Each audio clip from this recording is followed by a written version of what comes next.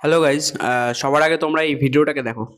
The 2-0 was done, and you can't stop that. Pull up Lauren, hits it hard. Is that what it is? Is that the boundary? Is that it? That is what it is. It's the end of the World Cup. And there they go, running the full of basket from Pull up Lauren. In 2023, they lifted the goal in Istanbul.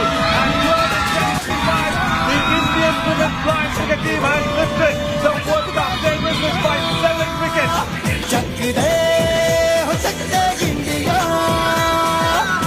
সত্যি proud feel হচ্ছে এই ভিডিওটাকে দেখে।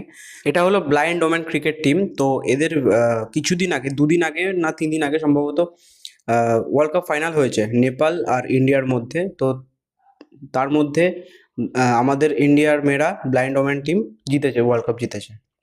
খুব ভালো খুশির খবর। তো এটা মানে নেট দুনিয়ায় পুরো ছড়িয়ে গেছে, কিন্তু কোনো রকম কোনো সোশ্যাল মিডিয়ায় মানে কোনো বড় ক্রিকেটার বা কোনো ভালো বড় খবরের চ্যানেল এটাকে দেখাচ্ছিল না। কোনো বড় ক্রিকেটারও এটাকে সোশ্যাল মিডিয়ায় পোস্ট করেনি। তো 2 দিন কেটে গেল, আমি এটাকে নিয়ে ভিডিও করবো ভেবেছিলাম, বাট আমার কিছু সমস্যার জন্য ভিডিও করতে পারিনি আমি। তো তারপর আজকে একটা পোস্ট দেখলাম একজনের। তো পোস্টটাকে দেখো।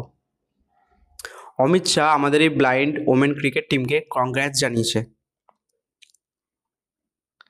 1, 2, 3, 4 4খানা পোস্ট দিয়েছে। তার মানে ভাবতে পারছো সোশ্যাল মিডিয়ার কতটা পাওয়ার আছে, কতটা পাওয়ার থাকলে এটা সম্ভব হয়।